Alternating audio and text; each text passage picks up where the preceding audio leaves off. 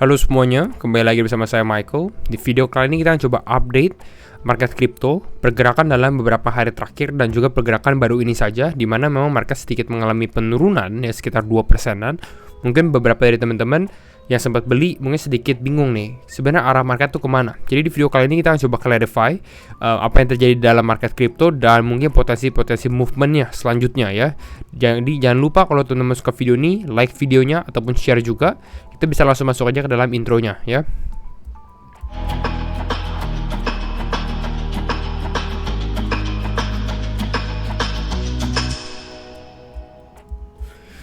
Oke, mengenai market kripto, overall sebenarnya kita saat ini di 63.500 ya. Jadi kalau teman-teman refer ke video saya di mana kita bilang bottom is in, so far saat ini play out ya, masih play out secara analisa. Tapi kita akan coba lihat ya beberapa potensi khususnya secara short term nextnya apa gitu. Nah, kita lihat dalam 24 jam terakhir dulu. Sebelum kita bahas teknikal, kita coba refresh dulu gitu ya. Beberapa kripto yang mengalami kenaikan. Ada WLD, Worldcoin, Athena, ENA, HBAR, FatAI, Cosmos Atom, Jupiter. Jadi berapa naik. Jadi rata-rata altcoin sebenarnya masih cukup positif gitu ya. Dan ya ini beberapa call-nya ya, beberapa altcoin sebenarnya saya sempat share juga ya di komunitas di Discord maupun di Telegram juga. Jadi memang teman-teman saya rekomen ya yang nonton video ini bisa langsung join aja gitu ya, karena saya biasanya lebih update di ini dan lebih time sensitif juga ya, sharing grafik, sharing analisa di Telegram maupun di Discord. Jadi ya langsung linknya semua ada di deskripsi, jadi teman-teman bisa langsung join aja. Apakah ada mengalami penurunan? Ada, seperti Bong, Helium, Pendle, Floki. Tapi ini beberapa sebenarnya udah cukup naik ya dalam beberapa hari terakhir. Jadi mereka hanya retrace aja nih. PP juga turun ya. Fear and Greed Index kita di area grid di 71 gitu. Jadi memang masih di maintain fase grid. Dan ini yang saya mau bahas ya. Kalau teman-teman lihat secara hari, memang rata-rata kita cukup positif ya, walaupun beberapa ada yang merah nih. Namun kalau kita lihat secara time frame 1 jam, nah ini mungkin yang membuat beberapa dari teman-teman kebingungan ya. Ini tadi market naik hijau ya, hijau raya gitu ya. Nah tapi tiba-tiba sekarang mengalami penurunan, rata-rata turun 2%-an, 3%-an. Nah apa yang terjadi dalam market? Kita coba bahas ya. Altcoin sebenarnya normal lah, mereka naiknya udah cukup signifikan sekali.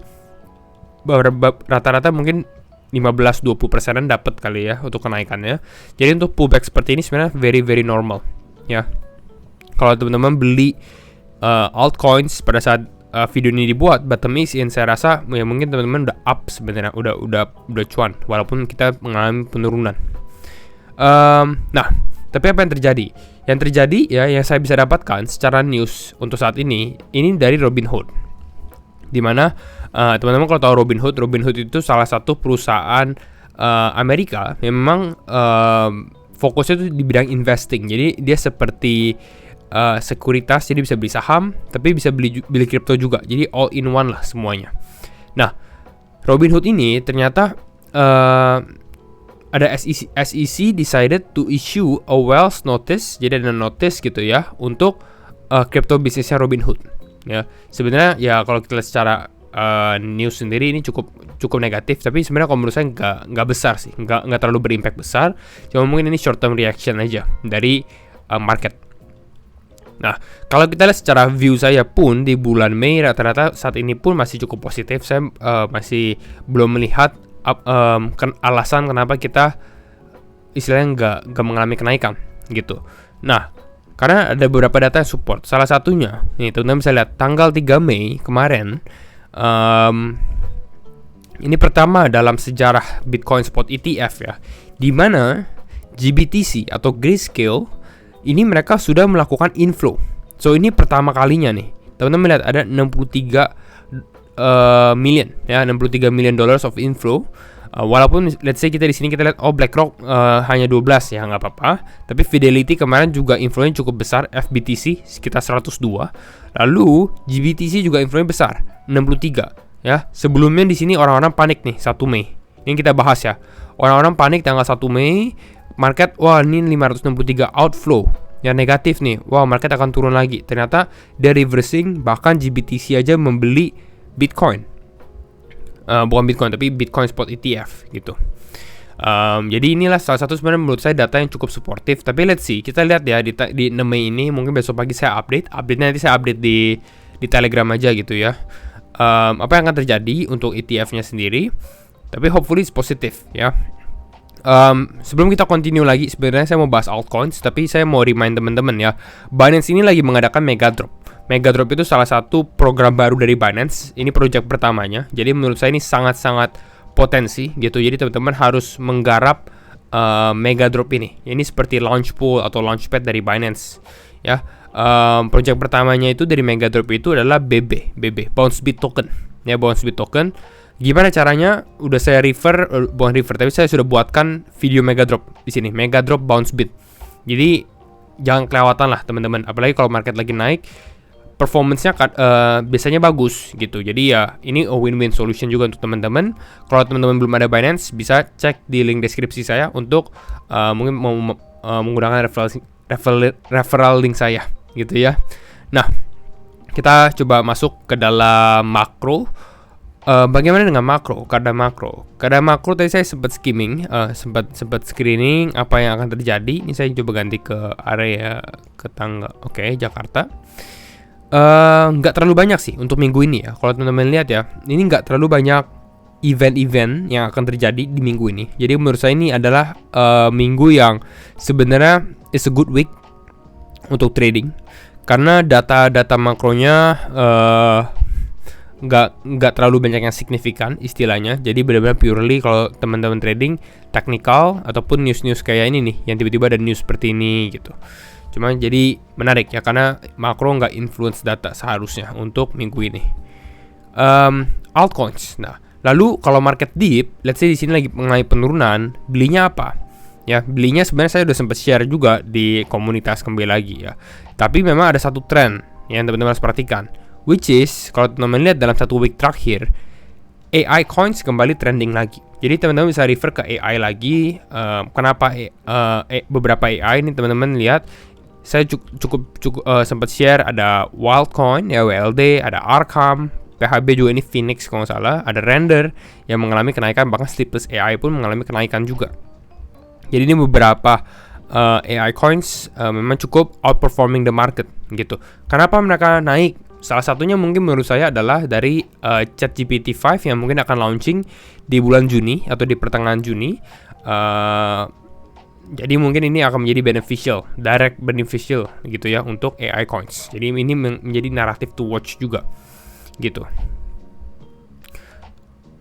Nah, kalau kita lihat secara funding rate juga sebenarnya udah tapi lebih sehat lah, jauh lebih sehat. Kita lihat di sini benar-benar market reset, sempat turun, orang-orang nggak terlalu trading juga nih, rata-rata hijau kembali. Walaupun sebelumnya kita lihat ini kita kuning orange gitu ya. Jadi ini nggak terlalu banyak yang buka posisi. Jadi ini benar-benar ya dikatakan reset. Jadi sebenarnya kalau market mulai mengalami kenaikan lagi, ini bagus karena funding rate-nya udah ke reset semua gitu. Jadi mereka bisa build back up lagi. Ya. Itu untuk funding rate. Dan kita lihat juga kemarin saya sempat share ya, di sini ada liquidations around 65k atau around sekitar 65.000, 66.000. Dan saya sempat share grafik ini ya. Kita mulai technical. Kembali lagi disclaimer on and do your own research ya semuanya. Kalau nggak salah di sini ya. Kita sampai 4 jam. Nah, ini saya bisa sempat share teman-teman. Analisanya ini analisa hampir nggak saya terlalu ganti-ganti ya dari analisa sebelumnya. Di sini bottom is in. Kita bilang ada imbalance di area ini menjadi potensi target secara short term, dan memang technically ini Bitcoin hit ya, tapi ini benar hitnya cukup pas sih, 65.500 high-nya hit, benar-benar masuk. Belum sempat area 60.000 langsung turun lagi ya. Memang di area ini kita bilang ini menjadi target karena resistance-nya di sini juga kuat. Area resistance di sini juga kuat gitu ya. Jadi sebenarnya Bitcoin persis reversalnya ya di area imbalance ini gitu. Nah, saat ini mengalami penurunan. Bagaimana nih? Apa yang bisa kita expect? Kalau menurut saya sebenarnya masih normal ya. Teman-teman lihat ini kita dari bawah sini, di saat orang-orang bilang wah ini kita akan ke 52.000 atau 50.000, tapi kita bisa bounce cukup lumayan gitu ya. Ini sekitar 12,6%. Jadi sebenarnya it's a good one. Jadi kalau kita turun seperti ini, nggak harus panik gitu ya. Ini kita is a normal correction lah, gitu. Kalau saya sendiri lihat sebenarnya potensi kita ini kalau kita delete gitu ya. Bentar, saya delete dulu. Ya, sebenarnya ada potensi dari kita untuk retest dulu sih. Retest dulu baru hit imbalance ini. Ya ini mungkin yang saya bisa lihat, atau let's say retestnya di area ini nggak terlalu jauh lah, 1-2% koreksi ya, another 1 or 2% corrections, baru mulai mengalami kenaikan. Ya, invalidasinya gimana? Kalau menurut saya di sini cukup jelas ya, invalidation point. Artinya kita expect market naik ya. Tapi kalau misalnya terkena hit ini atau ada konfirmasi apa gitu ya, itu yang membuat plan kita salah. Nah, itu namanya invalidasi. Point invalidasi. Nah, invalidation point mungkin pada saat Bitcoin kalau misalnya bisa close secara daily di bawah level 60.000. Ya, close di daily di bawah 60.000 ya. Saat ini kita lihat di sini kita udah 4 hari berturut-turut kita closing cukup positif juga. Dan kalau teman-teman remember di video di sini yang bottom is in, saya sempat mention ya, dimana kita menunggu aja weekly close market bagaimana. Dan weekly close sudah terjadi.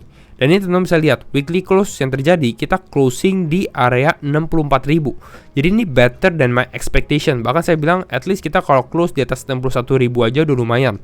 Tapi kita bisa close di 64.000 gitu. Jadi untuk menurut saya pribadi ini sebenarnya strong signal. Ya, mungkin market bisa naik lagi atau bahkan tes all time high atau 80.000 di bulan Mei. Ya, jadi jangan maksudnya masih berpotensi juga gitu.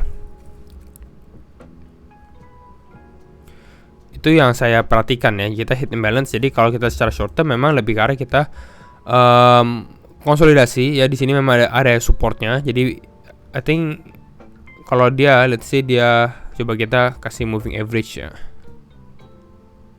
Nah, yes, ini this is a good play. Karena teman-teman bisa lihat ya, ini pun ada exponential moving average ya, 20 dan 50 di area ini. Ini bisa provide sebagai level support juga. Jadi setelah dia testing exponential moving average 20 atau 50 plus trend line juga ya, baru dia mengalami bounce ya ke imbalance gitu. Dan kalau kita perhatikan juga another grafik yang penting itu adalah Bitcoin dominance ya, dimana Bitcoin dominance juga sebenarnya kita udah sesuai target juga. Di sini kita bahas ini adalah level support, mungkin kita akan bounce dulu dan memang kita bounce nih. Bahkan ini udah di area yang saya sempat bahas di area tersebut. Jadi ya kalau kita lihat seperti ini market mulai naik, I expect kita turun lagi gitu. Jadi memang adalah alt season gitu ya. Alt season atau enggak sebenarnya belum sih, mini alt season gitu ya. Konfirmasinya adalah sebenarnya kalau menurut saya kalau kita let's say kita bisa turun ya di bawah area, di bawah sini ya, di bawah area let's say 50%. Nah, ini barulah kita bisa ngomong alt season gitu. Tapi saat ini memang lebih menguntungkan kalau teman-teman membeli altcoins dibandingkan Bitcoin. Itu pendapat pribadi saya untuk saat ini gitu. Another one, kalau kita mau ngomongin, kita membahas mengenai Bitcoin CME gap ya, kita lihat dari sini ya. Jadi memang I think it's a good one juga. Kenapa saya bilang market bisa turun? Karena di sini kita ada open gap ya. Kalau teman-teman lihat dari CME mana ya? Nah, di sini kita ada gap di sini, area ini, dan teknik kita retest di sini. Jadi ini bagus sih. Jadi di sini gap ya, ini yang ini nih teman-teman ya, yang saya lingkari ini ke close gitu ya. Dengan ke close ya potensi untuk dia mulai naik lagi kembali gitu. Kenapa ada gap? Kenapa gap ini bisa terjadi? Ini gap terjadi karena dia closing ya. Kan ini di Amerika ya. Jadi dia closing di hari Jumatnya, lalu open lagi di hari Senin gitu. Jadi kalau kita candle-nya di sini hari Sabtu, buka lagi hari Senin pagi gitu. Itu alasannya kenapa dia ada open gap. Karena ini kita buka dengan CME, Chicago Mercantile Exchange. Jadi ya lebih ke traditional finance lah. Jadi weekend dia tutup istilahnya gitu. Jadi ini kita open gap, tapi kita lagi closing gap. Jadi ini another positive thing juga sebenarnya pada saat market turun, karena kita closing gap yang di area ini, lalu kita bisa mulai mengalami kenaikan, hopefully gitu ya.